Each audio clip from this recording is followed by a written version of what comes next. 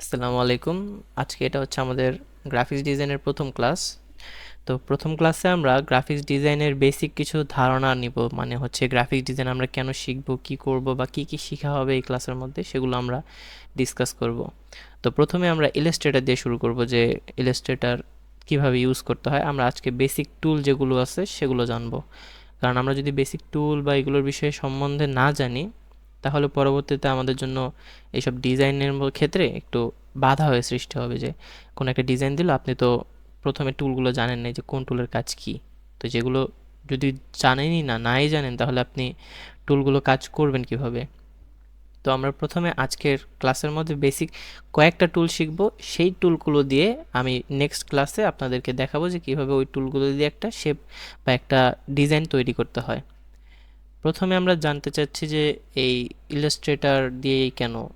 এখন দেখেন, ফটোশপও তো আছে, ফটোশপ আছে, ইলাস্ট্রেটর আছে, আমরা এগুলো দিয়ে চাইলে করতে পারি। বাট আমাদের বিষয় হচ্ছে কি, আমরা গ্রাফিক্স ডিজাইন হচ্ছে আমরা নিজের মতো করে কিছু ক্রিয়েট করার জন্য, মানে কোনো ডিজাইন যদি আমাদের ক্রিয়েট করতে হয়, ধরেন একটা লোগো যদি আমরা সিম্পলভাবে ডিজাইন করতে চাই, সেটার জন্য আমাদের ইলাস্ট্রেটরই হচ্ছে গিয়ে শ্রেয়। কারণ আমরা হচ্ছে গিয়ে ইলাস্ট্রেটরে আমরা পিক্সেলের পরিবর্তে ভেক্টরের কাজ করি।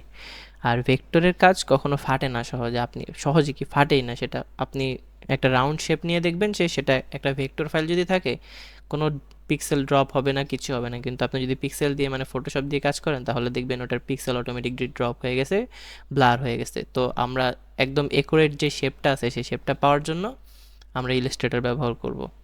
তো দেখেন, প্রথমে আমাদের যে ইলাস্ট্রেটরের ধাপটা আছে, মানে প্রথম স্টার্ট হওয়ার পর প্রথমে তো আপনি লোডিং স্ক্রিনটা দেখলেনি। লোডিং স্ক্রিনের পর এরকম একটা স্ক্রিন আসে, যদি আপনার 2020, 21, 22 এরকম ভার্সন থাকে তাহলে। তো এখানে আমাদের যে কয়েকটা অপশন আছে, এগুলোকে আমরা বেশিরভাগ একটা খেয়াল রাখি না, ইগনোর করি আর কি। তো এগুলো হচ্ছে আমাদের, দেখেন start a new file fast লেখা আছে, তার মানে আপনারা এইখান থেকে চাইলে আপনার যে আর্টবোর্ডের সাইজ, আমরা যেটার মধ্যে কাজ করি, আসলে আমরা যে সকল আর্ট ক্রিয়েট করি অথবা ডিজাইন তৈরি করি, সেটা কিন্তু একটা আর্টবোর্ডের মধ্যে আমরা ডিজাইন করি। সেটার নাম হচ্ছে আর্টবোর্ড, যেই পেজটাতে আমরা ডিজাইনটা করি। তো দেখেন, আর্টবোর্ডগুলোর মধ্যে একটা হচ্ছে গিয়ে ক্রিয়েট নিউ ফাইলে যদি আমরা ক্রিয়েট করি, ক্লিক করার পর দেখেন আমাদের এখানে অনেকগুলো অপশন চলে আসছে, যে আপনারা যদি মোবাইলের সাইজ নিতে চান, কোনো মোবাইলের স্পেসিফিক সাইজ, সেগুলো আমরা নিতে পারি। অথবা যদি আমরা ওয়েব সাইজগুলো নিতে চাই, যে ওয়েব পেজের সাইজ থাকবে, সেগুলো আমরা নিতে পারি। এখানে সাইজ দেওয়া আছে। প্রিন্টিংয়ের জন্য আমরা পেজ যেগুলো থাকে, পেজের সাইজ, সেগুলো আমরা এখানে নিতে পারি। ফিল্ম বা ভিডিওর যে সাইজগুলো থাকে, সেই সাইজগুলো আমরা নিতে পারি। আর্ট এবং ইলাস্ট্রেটর মানে হচ্ছে গিয়ে পোস্টার বা হচ্ছে এগুলোর বিষয় যদি আমাদের নেওয়ার থাকে, তাহলে আমরা নিতে পারি। অথবা আমাদের কি যদি কোনো ক্লায়েন্ট স্পেসিফিক কোনো কিছু দিয়ে থাকে আমাদেরকে, তো সেই ক্ষেত্রে আমরা কি করব। সেক্ষেত্রে দেখেন, এইখানে আমাদের দেওয়া আছে যে হাইট এবং উইথ কত দিতে পারবো, ব্লিডিং, এগুলো আমরা ব্যবহার করি। তো সবার আগে আসি এখানে যে লেখাটা আছে আনটাইটেল 6, আপনাদের এখানে আনটাইটেল 1 বা 0 কিছু একটা থাকবে। তো এখানে আপনারা আপনাদের যেই আর্টবোর্ডটা আছে, আর্টবোর্ডের নামটা কি হবে সেটা আপনারা এখানে সিলেক্ট করে থাকেন। যেমন আমি যদি এখন এখানে লিখি আতিক, মানে আমার নাম, এটা হচ্ছে এখানে যদি আমরা লিখি যেটা আমাদের দরকার, অথবা যদি আমাদের প্র্যাকটিস বা ক্লাস 1, প্র্যাকটিস 1 এগুলো যদি আমরা লিখি, এটা হচ্ছে আমাদের আর্টবোর্ডের নাম থাকবে, এটা নাম।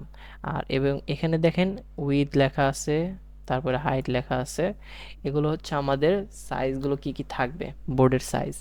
উইথ হচ্ছে আপনার হচ্ছে কি আপনার ডান থেকে বামে যেই সাইজটা থাকে, আর হাইট হচ্ছে আপনার উপর থেকে নিচ যেটা থাকে। এখন আমার এটা যেটা হচ্ছে 1920 by 1080, এটা হচ্ছে আমার কমন, যেটা আমি ইউজ করি। আপনাদের যদি ক্লায়েন্ট আলাদা কোনো কিছু দেয়, তাহলে সেটা আপনারা ওইভাবে ইউজ করে নিতে পারেন। তো এখন দেখেন, এটা হচ্ছে ওরিয়েন্টেশন হচ্ছে হরিজন্টাল থাকবে না ভার্টিক্যাল থাকবে। এটা নিলে আপনার লম্বা হয়ে যাবে, এটা নিলে আপনার চ্যাপ্টা থাকবে। আর আর্টবোর্ড আপনি কয়টা ইউজ করবেন এখানে দেওয়া আছে। এখন এখানে যেহেতু একটা দেওয়া আছে, আমি যদি ক্রিয়েটে ক্লিক করি, তাহলে দেখবেন আমাদের আর্টবোর্ড এখানে একটা ক্রিয়েট হয়েছে, ঠিক আছে। এখানে আর কোনো পেজ নাই, একটা পেজ আছে। এখন আমি যদি এখানে আমাদের আর্টবোর্ড যদি আমরা 2 দেই বা 3, ধরেন 4 দিলাম, তাহলে দেখেন আমাদের এখানে সিম্পলি 4টা পেজ ক্রিয়েট হয়ে গেছে। এটা কিন্তু 4টা ইন্ডিভিজুয়াল পেজ, দেখেন আলাদা আলাদাভাবে শেপ আছে। তো এইভাবে আমরা পেজগুলো নিতে পারি, যে আর্টবোর্ড আমাদের কয়টা থাকবে। তো আমরা সিম্পলি একটা ক্লিক করলাম, একটার দরকার আমাদের, বেশি দরকার নাই। তারপর দেখেন নিচে আমাদের ব্লিড অপশন আছে। ব্লিডটা কি? ব্লিডটা হচ্ছে আপনার আর্টবোর্ড যেটা আছে, আর্টবোর্ডের বাহিরে একটা মার্জিন, এটা কেন ইউজ করা হয় সেটা আপনাকে পরে আস্তে ধীরে বোঝানো হবে। তো দেখেন এখানে একটা দেওয়া আছে কি পিন ভাঙা টাইপের, এটা হচ্ছে গিয়ে লিঙ্ক করা। আপনি যদি এতে ক্লিক করেন তাহলে দেখেন সবগুলো, আপনি যদি এখানে কিছু লেখেন, ধরেন এটা আমি দিয়ে দিলাম 5 বা 60 দিছি, হ্যাঁ। তো আমি যদি 60 দিই এখানে সবগুলো অটোমেটিকলি 60 হয়ে যাবে।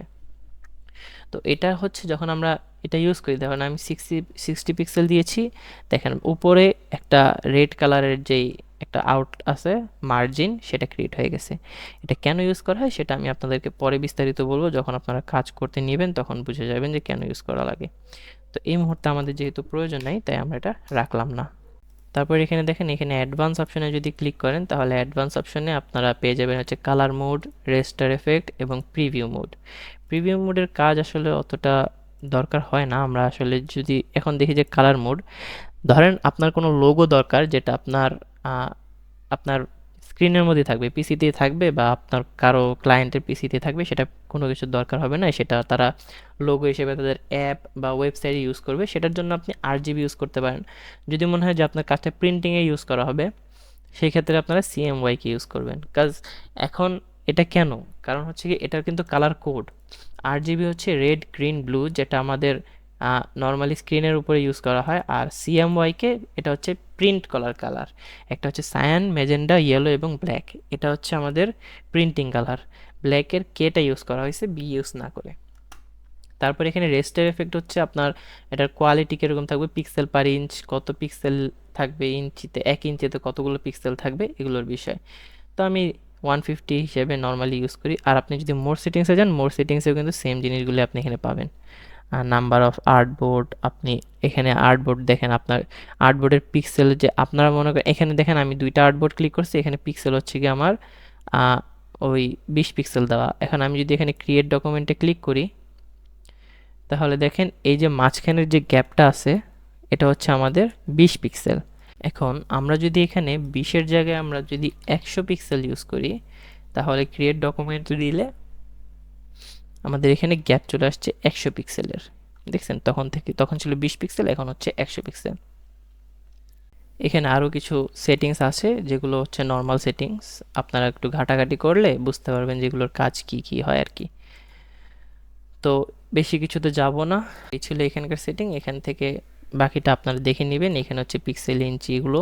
তারপরে ক্রিয়েটে ক্লিক করার সাথে সাথে আমাদের যে আর্টবোর্ডটা থাকে সে আর্টবোর্ডটা চলে আসবে। তো আপনাদের কমনভাবে আপনাদের আর্টবোর্ডটা ঠিক এরকম থাকবে।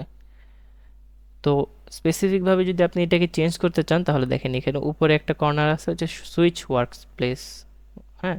এখানে ক্লিক করলে আপনারা দেখতে পারতেছেন এখানে অনেকগুলো আছে। আমরা এখানে সিম্পলি পেইন্টিংয়ে ক্লিক করব, কাজ পেইন্টিংয়েরটা আমাদের বেশি প্রয়োজন। এটা আমি নিজে নিজে একটু বিল্ড করে নিছি। এখন আপনারা যদি আপনাদের স্পেসিফিক কিছু থাকে সেটা আপনারা ক্রিয়েট করে নিতে পারবেন যেভাবে আপনাদের সুবিধা হয়। যেমন আপনার এটা যদি আপনি ক্লিক করে ড্র্যাগ করেন তাহলে আপনি এটা সরাইতে পারবেন, কোনো জায়গায় নিয়ে যেতে পারবেন। এরকমভাবে আপনি প্রায় মোটামুটি সবগুলোই নিয়ে আসতে পারবেন। যদি একদম নিয়ে যে টান দেন, টান দিয়ে যদি ছেড়ে দেন তাহলে এটা অ্যাডজাস্ট হয়ে যাবে ওটার সাথে। তো দেখেন এতটুকু ছিল বেসিক, যে আমরা কিভাবে আর্টবোর্ড ক্রিয়েট করব। হুম তারপরে আমরা আসি টুলের কাজ। প্রথমে দেখব আমাদের এখানে 2টা টুল আছে, একটা হচ্ছে সিলেকশন টুল আর একটা হচ্ছে ডিরেক্ট সিলেকশন টুল। সিলেকশন টুলের হচ্ছে আমরা কিবোর্ডে যদি আমরা ভি ক্লিক করলে আমাদের সিলেকশন টুলটা প্রেস হয়ে যাবে। সিলেকশন টুলের কাজ হচ্ছে আমরা যদি কোনো অবজেক্ট ক্রিয়েট করার পর যদি আমরা ক্লিক করি সেটার উপরে, তাহলে আমরা এটা এভাবে অ্যাডজাস্ট করে নিতে পারবো যে ডানে থাকবে না বামে থাকবে, অথবা আমরা যদি চাই যে ঘুরাই দিতে একটা অ্যাঙ্গেল চেঞ্জ করে দিতে পারবো। আবার চাইলে এটাকে ছোট বা বড় করতে পারবো এভাবে, হরিজন্টালি, ভার্টিক্যালি, বা 2টা যদি একসাথে করতে চাই তাহলে এটা। তারপর হচ্ছে আমরা যে এখানে যে পয়েন্টার আছে সেটাতে আমরা শেপটাকে রাউন্ড করে দিতে পারবো। এগুলো হচ্ছে আমাদের সিলেকশন টুলের কাজ। ডিরেক্ট সিলেকশন টুলের কাজ কি, ডিরেক্ট সিলেকশন টুল আমরা প্রেস করলে সেটা ইউজ করতে পারি। দেখেন স্পেসিফিকলি আমাদের এখানে শো করে দিয়েছে যে আমাদের এটা কিভাবে ইউজ করা হয়, কেন ইউজ করা হয়। তো এটার কাজ মেইনলি হচ্ছে আমরা অ্যাঙ্কর পয়েন্ট ইউজ করব, মানে অ্যাঙ্কর পয়েন্টটাকে সিলেক্ট করে শুধু। ধরেন আমি এটাতে ক্লিক করলাম, ক্লিক করে এখন আমি এটাকে ড্র্যাগ করলাম। তো সেটা আমরা স্পেসিফিকভাবে যতটুকু দরকার আমরা অতটুকু নিয়ে ড্র্যাগ করতে পারবো। চাইলে আপনি যে কোনো শেপ এটাকে চেঞ্জ করে দিয়ে দিতে পারবেন। তো এটা হচ্ছে আমাদের ডিরেক্ট সিলেকশন টুলের কাজ। তারপর আসি আমাদের পেন টুল। পেন টুল হচ্ছে নর্মালি আপনাদের লাইন অথবা আমাদের যে ডিজাইনটা আছে সেই ডিজাইনটা ক্রিয়েট করা। আমি যদি কোনো কিছু ক্রিয়েট করতে চাই তাহলে আমরা সিম্পলি পেন টুল ইউজ করে আমরা সেই ডিজাইনটা ক্রিয়েট করতে পারি। যেমন এটা করলাম, অথবা আমরা যদি অন্য কোনো ডিজাইন থাকে সেটা আমরা যেটা ক্লায়েন্ট আমাদেরকে বলবে সেটা ইউজ করে আমরা ক্রিয়েট করতে পারি। পেন টুলের নিচে যদি আপনি ক্লিক করেন, দেখেন নিচে একটা অপশন চলে আসছে যে একটা আইকন চলে আসছে। সেটাও যদি আপনারা রাইট বাটন ক্লিক করেন অথবা যদি আপনার কি মাউসের বাটনটা ড্র্যাগ করে মানে ক্লিক করে ধরে রাখেন তাহলে এরকম একটা অপশন চলে আসবে। এখন আপনি দেখতে পারবেন যে অ্যাঙ্কর পয়েন্ট টুল। আসলে এই অ্যাঙ্কর পয়েন্ট টুলের কাজ কি? ধরেন আমার একটা শেপ আছে, সেই শেপটাকে আমাদের অ্যাঙ্কর যেটা আছে সেটাকে চেঞ্জ করতে হবে। ধরেন আমি যদি এটাকে ক্লিক করি, ক্লিক করার পর যদি আমি এটাকে ধরে নেই এভাবে, তাহলে এটা কিন্তু আস্তে আস্তে আমাদের কার্ভ হয়ে যাচ্ছে। ঠিক সেইভাবে আমরা যদি এখান থেকে নেই তাহলে এটাকে আমরা কার্ভ করে দিতে পারবো। আমরা যেই পাশে ধরবো সেই পাশটা আমাদের কার্ভ হয়ে যাবে। এটা হচ্ছে আমাদের এই অ্যাঙ্কর পয়েন্ট টুলের কাজ। ঠিক আছে, আমরা যদি স্পেসিফিকভাবে কোনো কিছু শেপের অ্যাঙ্কর চেঞ্জ করতে চাই এটা এভাবে করতে পারবো। তারপর আমরা আসি কার্ভেচার টুল। কার্ভেচার টুলের কাজ হচ্ছে আমরা যদি একটা ক্লিক করি, ক্লিক করার পর আমরা এটাকে কার্ভ করার জন্য যদি আমাদের কোনো ডিজাইন কার্ভ করা দরকার হয় তাহলে আমরা কার্ভেচার টুল ইউজ করি। এভাবে আমরা কার্ভ করতে পারি সহজভাবে যেন আমাদের কার্ভটা পারফেক্ট হয়। তারপরে আমরা আসি এখানে হচ্ছে গিয়ে রেক্ট্যাঙ্গেল টুল। রেক্ট্যাঙ্গেল টুলের কাজ হচ্ছে সিম্পলি একটা রেক্ট্যাঙ্গেল ক্রিয়েট করা। এখন আপনি যদি এভাবে ক্রিয়েট করেন সেভাবে করতে পারবেন। আপনি যদি এখানে আর্টবোর্ডে একটা ক্লিক করেন, ক্লিক করলে আপনার এখানে হাইট এবং উইথ চলে আসবে।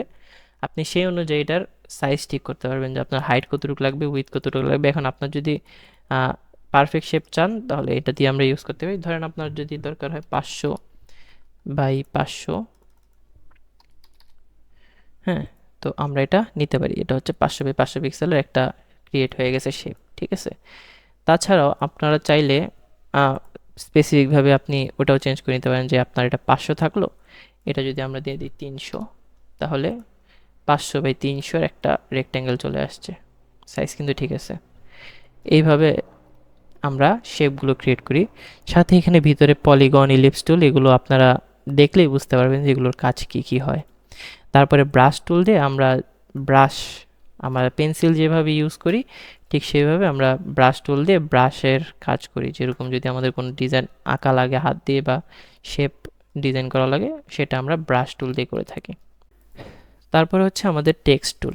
টেক্সট টুলের মাধ্যমে আমরা আমাদের যেই আর্ট বোর্ডটা আছে আর্ট বোর্ডের মধ্যে আমাদের ডিজাইনের মধ্যে টেক্সট তৈরি করে দিতে পারি। টেক্সট আমাদের মন মতো টেক্সট যদি লেখা লাগে সেটা আমরা করতে পারি। সাপোজ আমি লিখলাম this is a class of graphics design from Atiqur Rahman web BD net. তো আমরা চাইলে এভাবে লিখতে পারি। তো এটাও আমরা চাইলে যে আমাদের যেই সিলেকশন টুল আছে সিলেকশন টুল দিয়ে আমরা এটাকে ছোট বড় বা যেরকম সাইজ ইচ্ছা সেরকম করতে পারি, রোটেট করতে পারি। তো এভাবে রোটেট করে দিতে পারি। তো দেখেন তার পাশে হচ্ছে আমাদের রোটেট টুলের কাজ আছে। এখন আপনার রোটেট টুল কেন ইউজ করব? রোটেট টুল দেখেন আমি যখন এটাতে ক্লিক করলাম তো এটার কিন্তু একটা আউটলাইন চলে আসছে। রোটেটের মধ্যে যদি আমি ক্লিক করি তাহলে কিন্তু আমাদের এটার যে সেন্টার আছে সেন্টারের থেকে আমরা যদি এখন সিলেকশন টুল দিয়ে রোটেট করি তাহলে কিন্তু এটা সেন্টার থেকে রোটেট হচ্ছে, তাই না? তো আমরা চাচ্ছিলাম যে সেন্টার থেকে রোটেট না হয় আমাদের অন্য অ্যাঙ্গেল থেকে রোটেট হবে। তো যেই অ্যাঙ্গেল থেকে রোটেট হবে আমরা চাইলে সেখানে ক্লিক করব। এটা কিন্তু আমাদের মিড হয়ে গেছে। তো আমরা যদি এখন ক্লিক করি, রোটেট করি, সেই রোটেট বাটনে ক্লিক করি, ক্লিক করলে আমরা ওইটা কিন্তু আমাদের রোটেট পয়েন্ট, দেখছেন আমি যেখানে ক্লিক করছি সেটা কিন্তু আমার রোটেট পয়েন্ট হয়ে গেছে। আমি এখান থেকে ক্লিক করলাম, এটা হচ্ছে আমার রোটেট পয়েন্ট। এখান থেকে আমার জিনিসটা রোটেট হবে। আবার যদি আমি এখানে ক্লিক করি এটা হচ্ছে আমার রোটেট পয়েন্ট।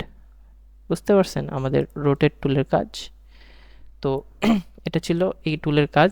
তারপর হচ্ছে ব্রাশ টুল বা এগুলো আমরা পরবর্তী ক্লাসে জানবো। এগুলো এগুলো যখন আমরা কাজ করব তখন আমরা অন্য ক্লাসে সেগুলো দেখব।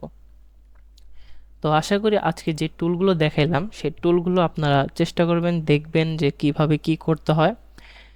তারপরে যখন কোনো প্রবলেম থাকবে নেক্সট ক্লাসে আমাকে এগুলো বললে আমি সেগুলো দেখাই দিতে পারবো। তারপর হচ্ছে গিয়ে বাসায় একটু প্র্যাকটিস করবেন, এগুলো দেখবেন যে ওগুলো কাজ কি করা যায়, কি কি নিজে করতে পারবেন। নেক্সট ক্লাসে তো আমি দেখাই দেবো একটা ডিজাইন, সেই ডিজাইনটা আপনারা ক্রিয়েট করবেন। ততদিন পর্যন্ত ভালো থাকবেন। আল্লাহ হাফেজ।